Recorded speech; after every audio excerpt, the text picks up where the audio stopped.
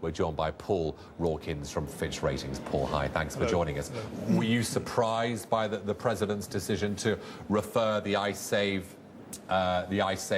issue to a referendum? Yeah. Well, we recognise there was always a risk. I think we were surprised because the government was so sure that this whole thing was going to pass this time round. So and it was bound to throw things into confusion.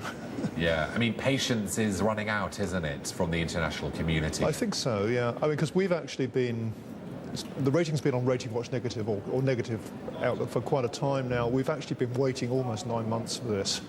And now we almost look as though we're back to square one.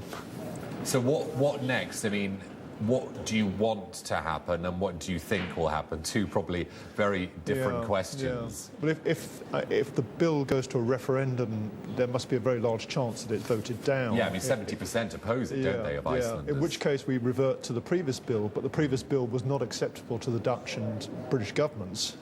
So then the whole thing is back in the renegotiation pool, I guess. I mean, will countries renege on plans, on pledges to give emergency loans to Iceland? Because that's a big question now, isn't it? Well, the big Nordic loans, which are part of this financing, are tied specifically to resolution of ICESAVE. So that immediately puts a question mark over those.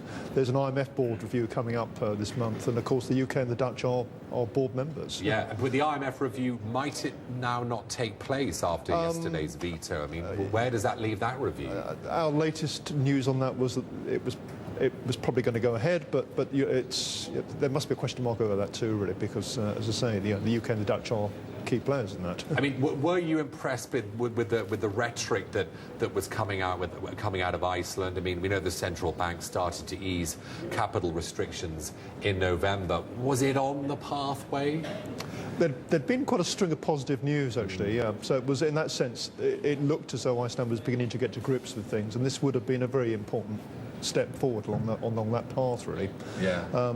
And by not making this step, then it slows up things like capital controls and unwinding all of those things, and just restoring normal relations with the rest of the world. I mean, how long do you think it'll take for Iceland to rebuild its relationship with the rest of the world? Because surely it's not something that can happen overnight. No, I mean, I think it could take months to resolve this again now, because they've got to set up a referendum, presume there'll be some sort of campaign, and then if it doesn't pass, the whole system starts again, the whole process starts again. I mean, it could be months again. After all, it took 9 months to get to this point. So. Yeah. Is it going to default on its debt? I think no. The answer to that is, at this point, there isn't any debt which is due on ICESAVE because there's a 7-year grace period. The issue becomes there is separate from that. There's a Eurobond comes due at the end of 2011. And that's when the credit rating will begin to have some impact, because it will need to be rolled over in some form.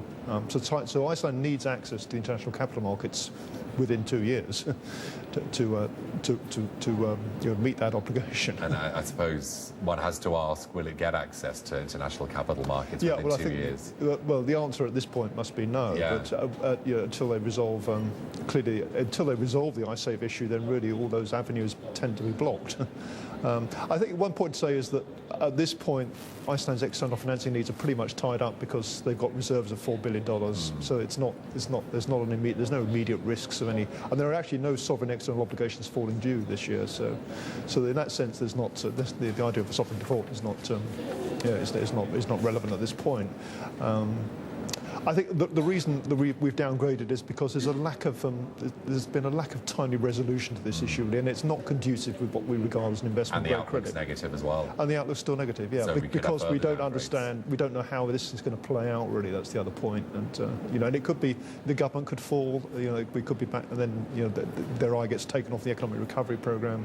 We could be back to quite a lot of political and economic uncertainty, really. And hopefully you'll come back, Paul, if you downgraded again or any news. Thanks a lot, Paul, there from Fitch Ratings.